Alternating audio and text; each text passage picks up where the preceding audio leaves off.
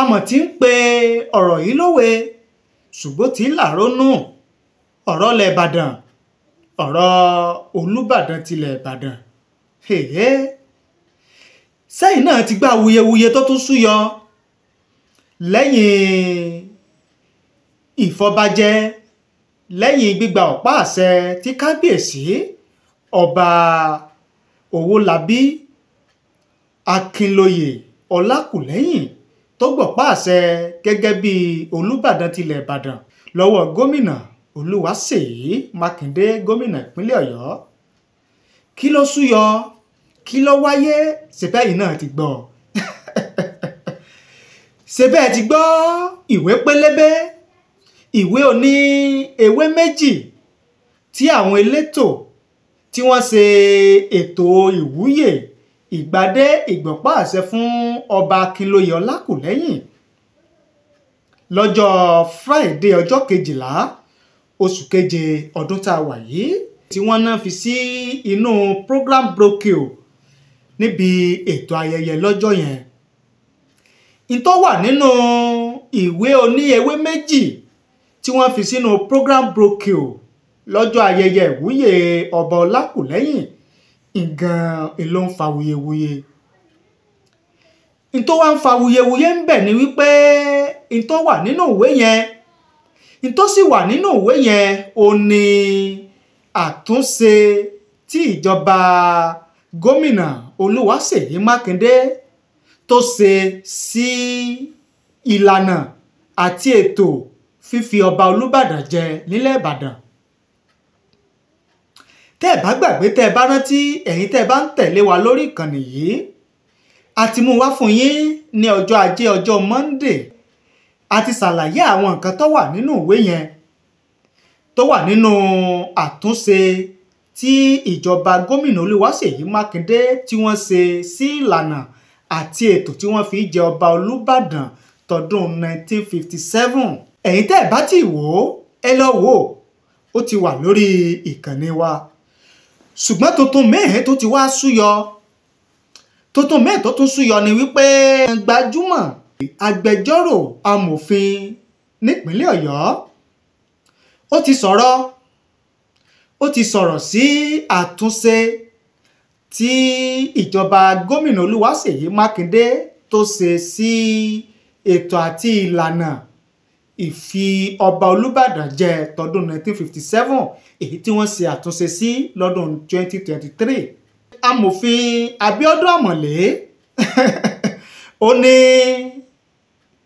ète ọgbọ́n àti dí àgbáyé Ràsídì Adéwọ̀lú Ládọjà ọ̀tún Olúbàdàn tilẹ̀ Ìbàdàn lọ́wọ́ láti di ọba Olúbàdàn tilẹ̀ Ìbàdàn lọ́jọ́ iwájú.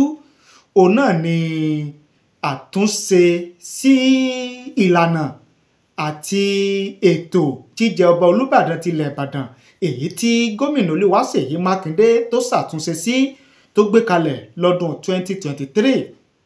Ó ní tá a bá sì ní parọ́, tá a bá ní ṣèké, ohun tí ò bójúmu, ìgbésẹ̀ tí ò yẹ, tí ò tọ̀nà, ó ní ìgbésẹ̀ náà. Ìwé ìròyìn kọ́, ìwé ìròyìn ọkọ̀, ìwé ìròyìn gbé. Báwo ni wọ́n ṣe kọ́? Báwo ni wọ́n ṣe gbé? Ẹ farabalẹ̀, a mú wá fún yín.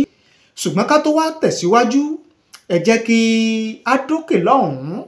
Tá a bá wá padà dé, a ṣe àtúpalẹ̀ ọ̀rọ̀ lórí ọ̀rọ̀ tí amòfin Abíọ́dún Àmọ̀lé tó sọ. Ẹ má tì lọ, a sì wà lórí ètò, à ń padà bọ̀.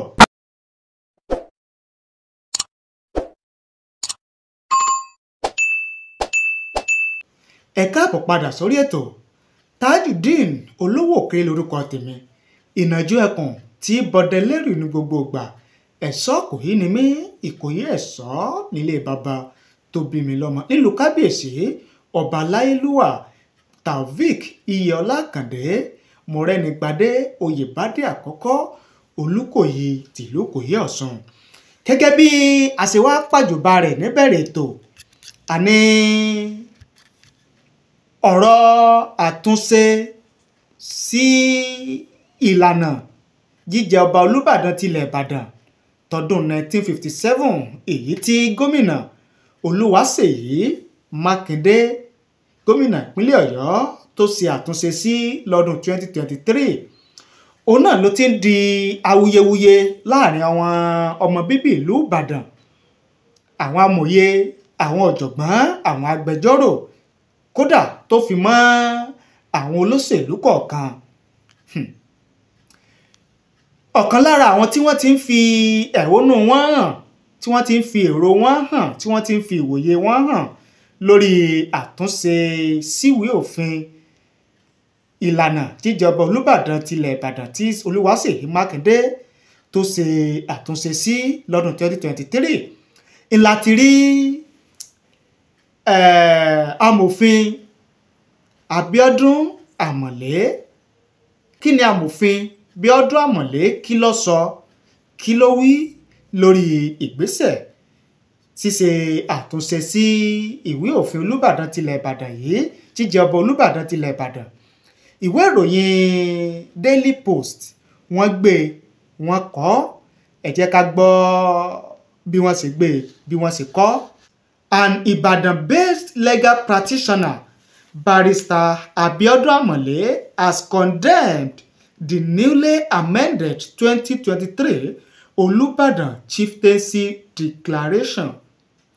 The legal practitioner also described the amendment as discriminatory and vindictive. Amole spoke in a statement made available to newsmen on Monday. Daily Post reports that some sections of the 2023 Olubadan Chieftaincy Declaration were part of the document distributed during the coronation of the new Olubadan of Ibadan land. Ọba Akinloye Owolabi Olakuleyin Ige Olakuleyin first on Friday. The new law stated that anyone who is to be nominated as Olubadan of Ibadan land must be one of the bearded crown obas, as against the former law which said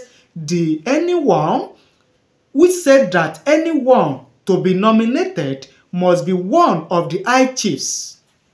Amole, in his reaction, maintained that the new law is obviously aimed at preventing the current Ọ̀tún Olúbàdàn of Ibadan land, High Chief Rasidi Adewolu Ladoja, from becoming Olubadan.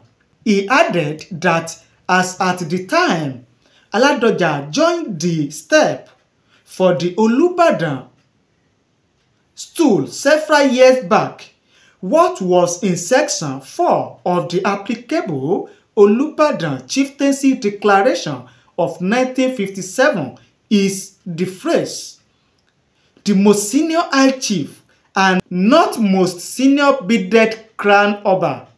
The statement said, the so-called amended Olubadan Chieftaincy Declaration of 2023 is extremely repugnant to natural justice, equity, and good conscience.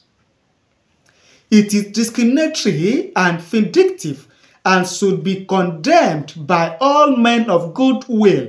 It is obviously aimed at preventing Senator Rasidi Ladoja from realizing his long-life ambition of becoming the Olubadan. A chieftaincy declaration is in the nature of customary law, and the law is well settled that any customary law that offend natural justice, equity, good conscience, as in the instant case, is null and void and of no effect whatsoever. The so-called amendment is caught by the doctrine of estoppel by conduct as codified in Section 169 of the Evidence Act. In that, as at the time Senator Ladoja joined the race for the Olubadan stool several years back, What was in Section 4 of the applicable Olubadan Chieftaincy Declaration of 1957 is the phrase, the most senior High Chief and not the most senior beaded Crown Oba, surreptitiously inserted in the unjust and draconian amendment. It amounts to changing the rules when a contest has already commenced and is in fact about to end. It is most unfair and should be condemned by all men of goodwill. There is a saying in Ibadan that if a society or household witnesses peace and harmony, it simply means that the bastard therein have not come of age. It now appears that the bastard in Ibadan land have not only come of age, they have in fact grabbed political power, and things may not be the same again with the Ihato unique and crisis rancor-free assassin to the Olubadan throne. It will be on record for eternity, and generations of Ibadan indigents yet unborn will get to know that it was during the tenure of Governor Seyi Makinde that a gazette that attempted to destroy the traditional institution in Ibadan land was made. History will not be fair to the governor in that regard. Gẹ́gẹ́ bí ọ̀rọ̀ tí amòfin Abíọ́dún Àmọ̀lé gẹ́gẹ́ bí ó ṣe fi ṣọwọ́ sáwọn oníròyìn, òun náà ni àtìmúwá fún yín tẹ́yìn náà ti gbọ́, tẹ́yìn náà ti rí yẹn. Ẹ̀yin gẹ́gẹ́ bí ẹnìkan, kí lèrò yín, kí ni èrò yín, kí ni ìwòye yín gẹ́gẹ́ bí ohun tí amòfin Bíọ́dún Àmọ̀lé gẹ́gẹ́ bí ohun tó sọ jáde nígboro ẹnu yìí? Ẹ jẹ́ ká mọ èrò yín, ẹ jẹ́ ká mọ ìwòye yín, ẹ fi ṣọwọ́ sí wa láàyè comment nísàlẹ̀ fídíò yìí. A kà á sì ṣe àgbéyẹ̀wò rẹ̀ gẹ́gẹ́ bí ìṣe wa. Ẹ ṣé o bẹ́ẹ̀ ṣe ń wò wá, ẹ ṣé bẹ́ẹ̀ ṣe ń gbọ́ wa lórí ìkànnì wa, ìkànnì yín Otasansan TV. Ẹ wá má gbàgbé o láti bá ní pín, ẹ bá ní share rẹ̀ sórí àwọn social media platform yín tẹ́ ẹ bá ń lò kó lè káàkiri àgbáláyé. Tajudeen Olówó Òkèlè orúkọ tèmi, ìnàjú ẹkùn tí bọdẹlẹ́rì ní gbogbo ìgbà. Ẹ̀ṣọ́ kò yí ni mí, ìkòyí ẹ̀ṣọ́ nílé bàbá tó bí mi lọ́mọ. Títí ọ̀la tá tún pàdé, ire àtayọ̀ kò ní tán nílé gbogbo wa o. Ẹ ṣé, àdúpẹ́, àmọrírì yín.